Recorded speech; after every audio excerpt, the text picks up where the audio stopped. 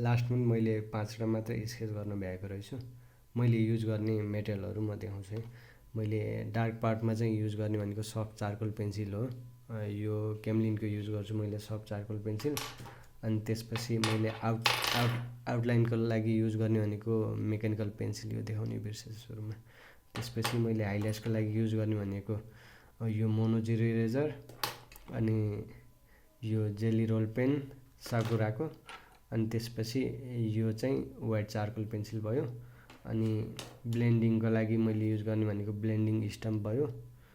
अनि त्यसपछि हाइलाइट्सको लागि युज गर्ने, फेस हाइलाइट्सको लागि युज गर्ने भनेको निडेबल इरेजर भइहाल्यो। अनि त्यसपछि टिस्यु पेपर चाहिँ ब्लेन्डिङ, अनि त्यसपछि ब्लेन्डिङ गर्न, अनि त्यसपछि सेडिङ गर्न टिस्यु पेपर युज गरेर हुन्थ्यो, तर अहिले चाहिँ गरेको छैन। यसमा चाहिँ टिस्यु पेपर युज गरेको छ। यसमा पनि सेम, यो बालेन सरकोमा पनि सेमै हो, यो सेल्फमा पनि सेमै हो। यसमा पनि फरक मेटेरियलहरू केही पनि युज भएको छैन।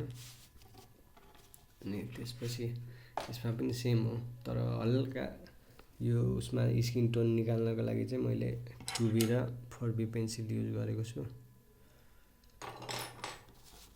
त्यसपछि लास्ट, यो चाहिँ लास्ट भयो। यसमा चाहिँ थोरै टाइम लागेको छ।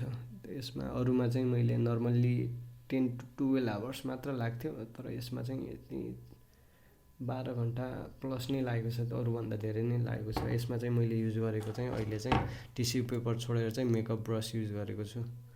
अनि त्यसपछि यो ह्याटमा पनि मैले जुन हामीले सार्प गर्दाखेरि बच्छ नि पाउडर, त्यो पाउडर युज गरेको छु। सफ्ट चारकोल पेन्सिलको पाउडर युज गरेको छु।